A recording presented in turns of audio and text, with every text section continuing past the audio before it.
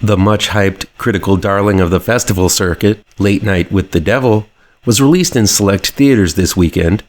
I tuned in and saw it, so let's talk about it.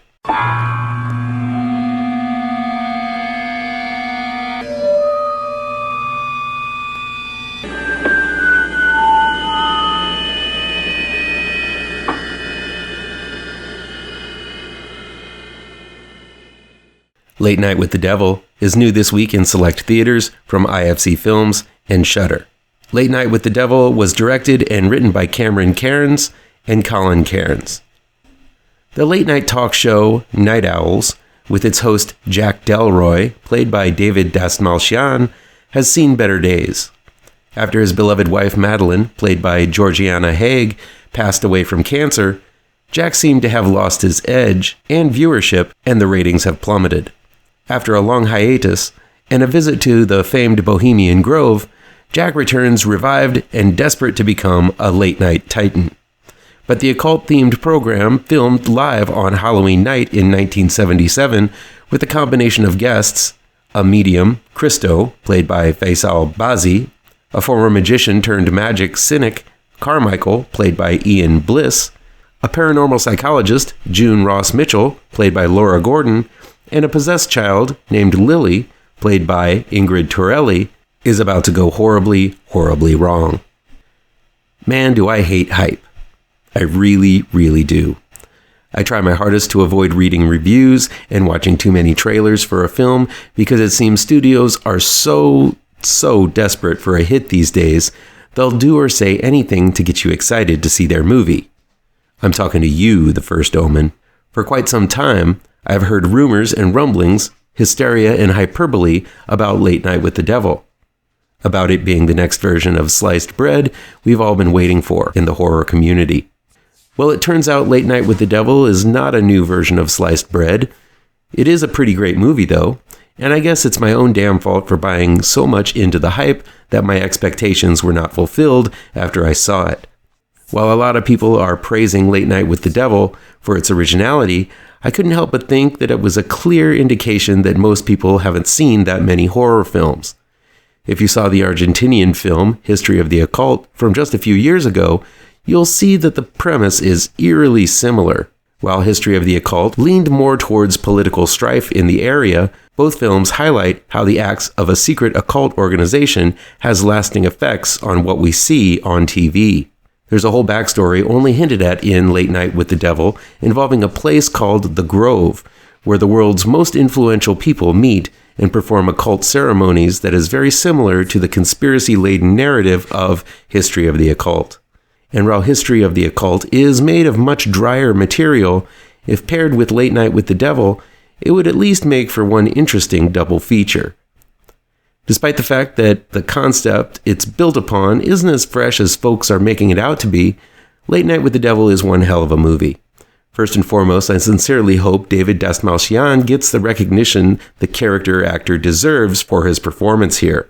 His Jack Delroy is a thoroughly complex character filled with desperation to save his show and tragedy as he reels from the loss of his wife. At the same time, he's able to convey the smarminess of a late-night host, never hesitant to exploit others for the sake of some kind of recognition from the crowd. While there really isn't a lot of time for Dastmalchian to outright talk about what is going on in his head, the narration, by the one and only Michael Ironside, and the brief glimpses of truth you see when his demeanor cracks when shit goes sideways on the show speaks volumes about the damaged man Jack Delroy has become during his long life in front of the camera in pursuit of fame and fortune. While he is a character actor you might recognize, Late Night with the Devil should be the film that makes David Dastmalchian a name you'll remember. And if you remember, I thought he'd be an amazing Freddy Krueger. But that's just my own opinion. Much like a late-night talk show, Late Night with the Devil is impeccably structured, with an intricate and conscious build from beginning to the over-the-top ending. There's a strong tension that thickens as we get to know the various players starring in this show that seems to make up a ritual promising dire consequence, whether the players know their role in it or not.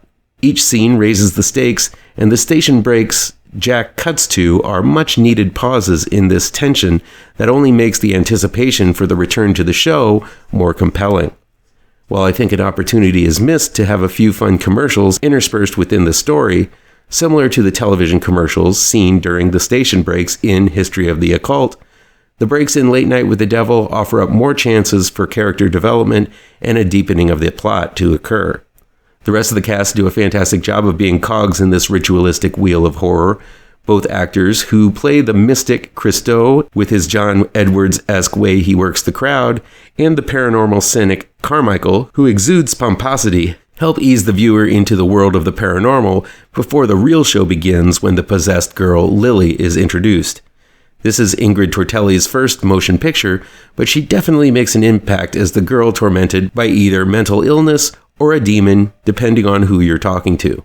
Reminiscent of Ashley Bell from The Last Exorcism, Torelli gives a wonderfully demented performance as Lily, who plays innocent but shares evil looks at the camera when no one else is looking. It all leads to a summoning where the psychologist attempts to bring forth what Lily calls Mr. Wiggles, a nod to Reagan's Captain Howdy from The Exorcist. This summoning is truly shocking and differentiates itself from the usual bound-to-the-bed antics you often see in possession films. But I was really impressed by the following ritual of sorts, where Carmichael attempts to disprove what the audience and the people in the studio seem to have witnessed to be paranormal afterwards. This is where the film really becomes distinct from most occult possession exorcism films, and it truly impressed me as the best scene in the film, involving some pretty gnarly gore and an intensity level that you couldn't cut with the sharpest of knives. The final moments of Late Night with the Devil, as the story is brought to a close, make sense if you've been paying attention.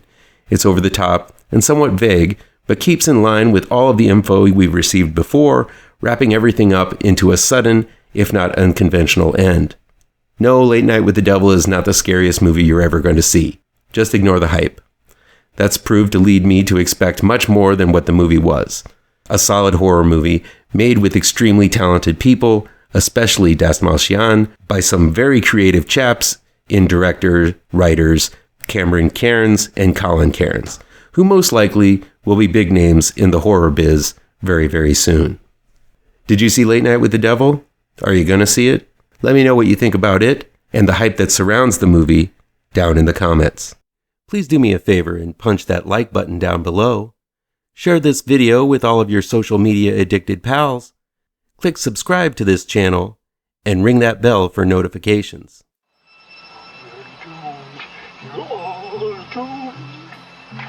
You're doomed to live the life you're meant to be.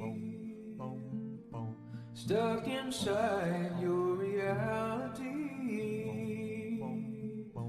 You're doomed. Oh, you're doomed. You're doomed. God live the life that you are meant to be. Live inside that